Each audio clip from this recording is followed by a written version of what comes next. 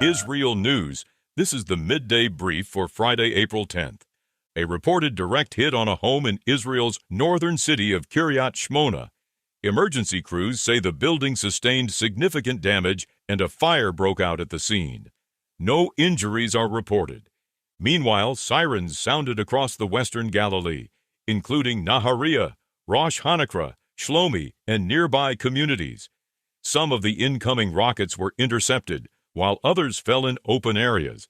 Diplomatic developments are also unfolding.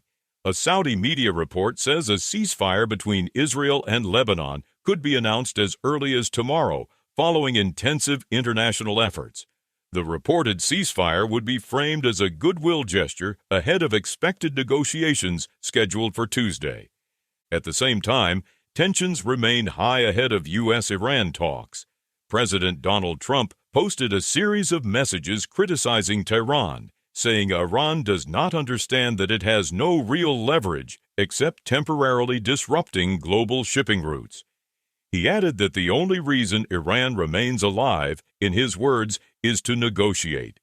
In an interview with the New York Post, the president warned that if talks fail, the United States will resume strikes on Iran. Trump said American warships are being rearmed with the best available munitions in preparation for that possibility. Reports say the American and Iranian negotiating delegations have already arrived in Pakistan, where the talks are expected to take place. However, Iran's lead negotiator, Parliamentary Speaker Mohammad Bagher Ghalibaf, says two key conditions must be fulfilled before negotiations can begin.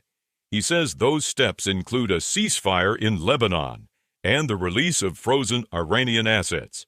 Meanwhile, an Israeli intelligence source tells Fox News that Iran's Revolutionary Guard now effectively controls the Strait of Hormuz and is demanding payment from ships that pass through the strategic waterway. And in Europe, Spain's Prime Minister Pedro Sanchez calls for stronger action against Israel, saying the European Union should suspend agreements with Israel and warning that Lebanon must not become what he describes as the next Gaza.